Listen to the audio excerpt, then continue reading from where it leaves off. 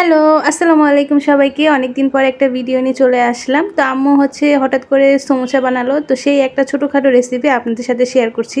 এইখানে আম্মু সমোসার ভিতরে পুরটা রেডি করছিল। সমোসার পুরটা মূলত মুরগি আর গরুর কিমা করে আম্মু বিভিন্ন মশলা দিয়ে ভেজে নিয়েছিল। কিছুক্ষণ ভাজার পর এই কিমার ফাইনাল লুক।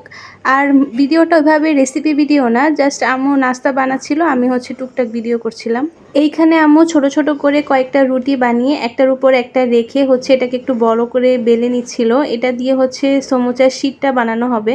তারপর তাওয়াতে এপিট ওপিট একটু একটু ছেঁকলেই আস্তে আস্তে রুটিগুলো খুলে খুলে আসবে। আপনারা ভিডিওটা দেখলেই বুঝতে পারবেন। এভাবে বানালে শীটটা একদম পাতলা হয়। এই বিষয়টা আসলে এভাবে বলে বোঝানোর মতন কিছু না, আপনারা ভিডিওটা দেখলেই বুঝতে পারবেন। এক পাশ করে একটু একটু ছেঁকা হচ্ছে আর আস্তে আস্তে করে রুটিগুলো এভাবে খুলে আসছে, এই যে দেখুন। এরপর সমোসা বানানোর জন্য আমি সবগুলো রুটিকে একসাথে রেখে একটু মাপ করে স্কোয়ার শেপে কেটে নিচ্ছি, যেন সমোসার শেপটা দিতে সহজ হয়। ভিডিওটা দেখলে আপনারা বুঝতে পারবেন। আমি চারপাশ থেকে সুন্দর করে বাড়তি যে অংশটা ওইটা ফেলে দিয়ে সুন্দর একটা শেপে রুটিটাকে কেটে নিচ্ছিলাম।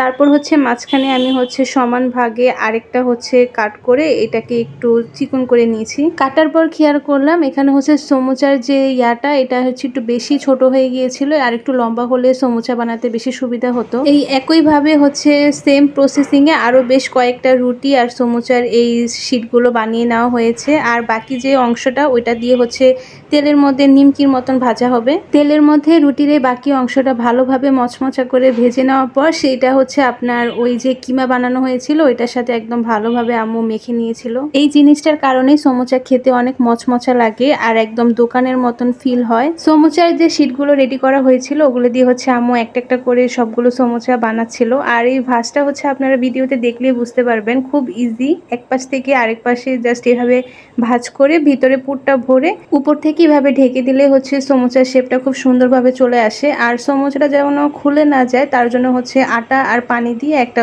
ডো বানিয়ে নেওয়া হয়েছিল। এইভাবে একটা একটা করে আম্মু আর আমি মিলে সবগুলো সমোসা বানিয়ে ফেলেছিলাম। আসলে আমরা এই প্রথমবারই সমোসাগুলো বানিয়েছি, যার কারণে তেমন পারফেক্ট না হলেও আলহামদুলিল্লাহ খুব সুন্দর হয়েছিল দেখতে। সমোসাগুলোকে ডুবো তেলে অল্প আগুনে ভাজা হয়েছিল, সেই ভিডিওটা নেওয়ার কথা আমার একদমই মনে নেই। এই আমাদের সমোসার ফাইনাল লুক। আলহামদুলিল্লাহ খেতে দোকানের থেকেও এত মজা হয়েছিল, যেহেতু ভিতরে পুরোটাই চিকেন আর গরুর একটা কিমা। আসলে মায়ের হাতে বানানো সবকিছু অনেক মজা। ভিডিওটা দেখার জন্য অসংখ্য ধন্যবাদ। সবাই ভালো থাকবেন। আসসালামু আলাইকুম, আল্লাহ হাফেজ।